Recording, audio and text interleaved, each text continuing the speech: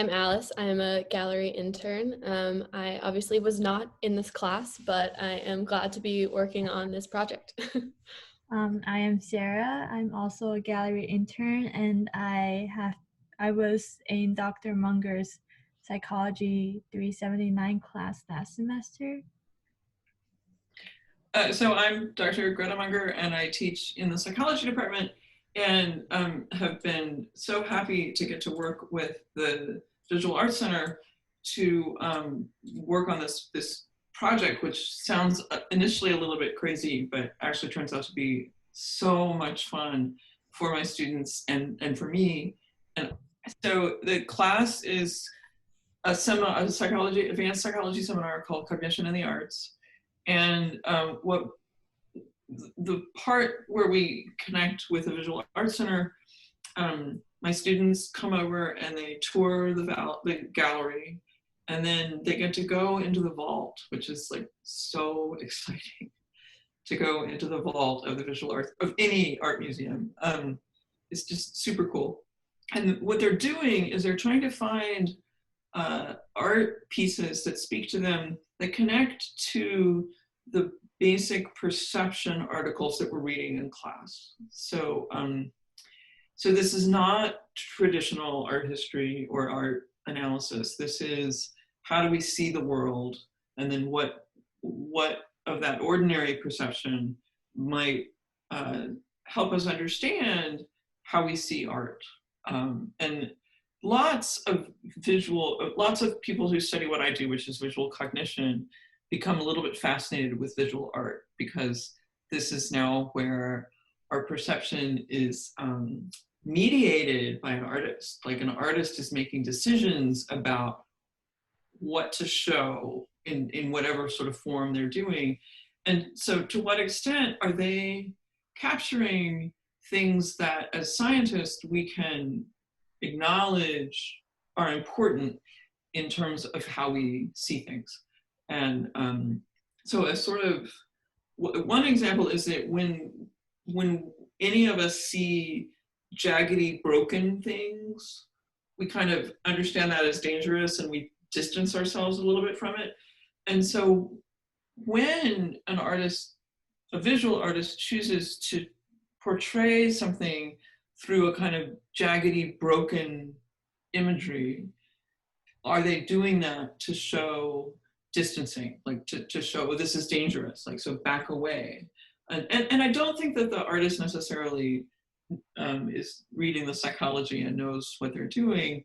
It's my curiosity is more about, well, can we find parallels between what we can sort of see in experiments and what we can then observe in art.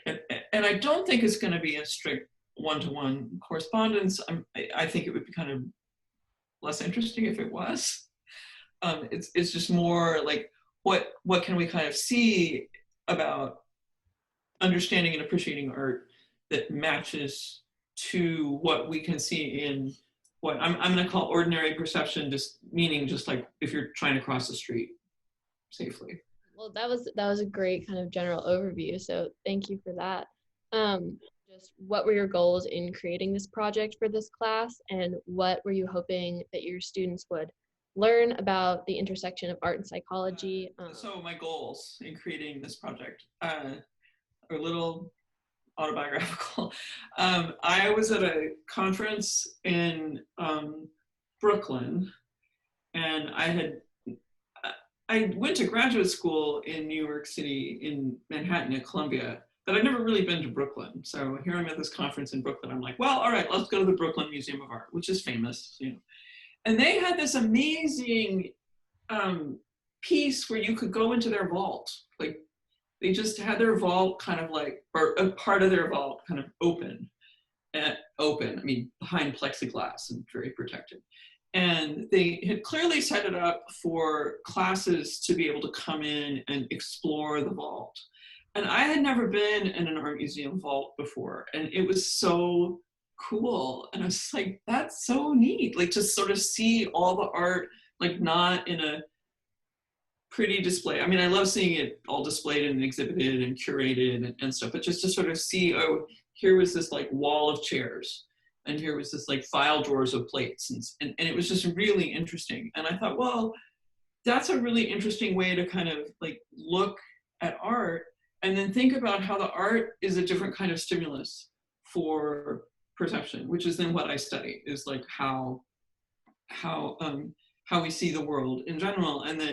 And to get that sort of different take on art, I thought would be a really fun way to introduce students to then the, as Sarah can probably attest, difficult perception readings. I mean, perception is not for the faint of heart. It is a hard thing to read. It's hard to study. And so just trying to find a way to make it a little more engaging was part of it. As you were talking about your previous experiences, I was just wondering, because I know that you have a lot of experience with art.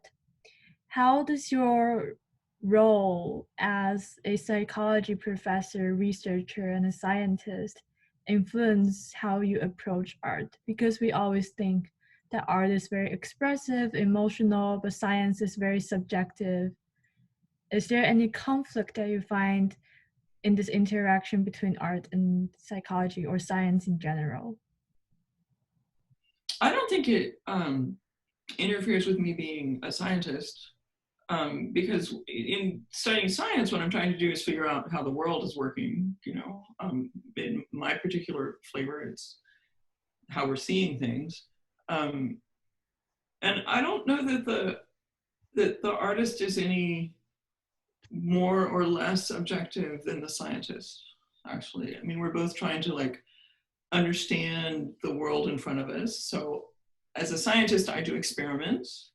I think the artist is doing sort of personal experiments to try and understand what's going on. And this is not my original idea.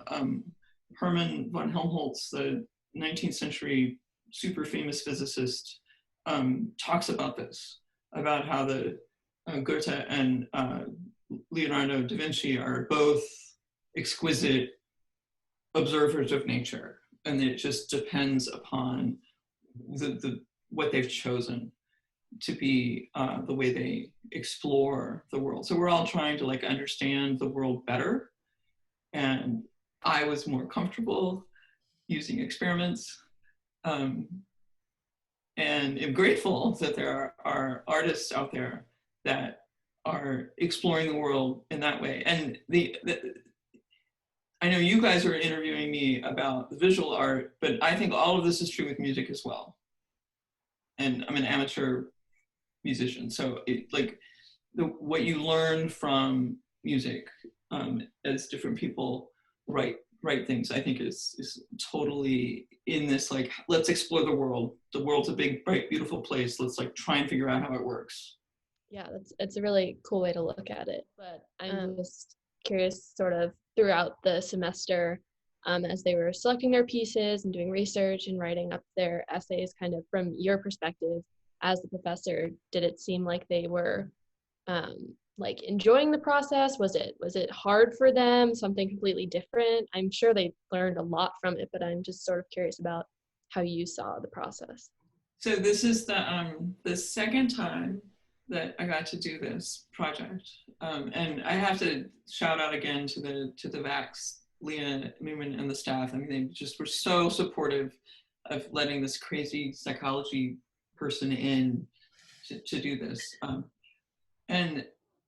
and I think, okay, so any of the students, Alice, to your point, any of the students who signed up for this, they are upper level psychology majors, and they've signed up for this seminar knowing fully in advance that this is going to be what they're getting into. So there's an excellent openness to experience that they are like interested in. Both this time, both of the times I've gotten to do this, there have been students who've never been to the VAC before. So there are seniors that just have never been there. And so I'm kind of proud of them that they're willing to like try this crazy new thing. and to think about like, oh, I'd like to learn a little bit more about art. They seem mostly just like when they come back out of the vault, like when during the first tour they get to go down in like a twos or threes, and they come back out of the vault and they just look like, what? That was the coolest thing ever. So that's exciting. I mean, they seem excited about the whole thing. And then like I mean, perception articles are not for the faint of heart. Like they are tough. And so it's neat to have this way that they can get excited about reading this really tough stuff with something that they weren't familiar with. So the art, they're not familiar with the art, they're not familiar with the perception work. So the fact that they can kind of like bring these two new things together and see how interesting it is. Picking of the art, sometimes they're a little daunted by how many choices they have, like trying to sort of sort that out. It is really beautiful. I hope you guys have gotten to see, I know Sarah has been able to go to Wall. Are you on campus, Alice, so you can go see? Yeah, I haven't even stepped foot in Wall this semester, but I've seen the video tour through it, and I'm going to go soon because I want to see all the other new art that's in Wall too. Yeah, no, it's really cool, and there's something about it. I mean, the slideshow that the students put together, and then the back, you know, spiffed up, is great. But there is something about being in the space that is just really, really neat.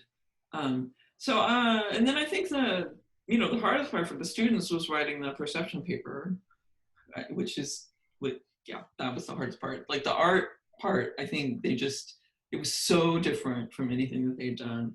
And the vault is so cool. Like, thank you so much for talking with us. Sure, thanks for doing this. Yeah. Of course. All right. Have a nice week.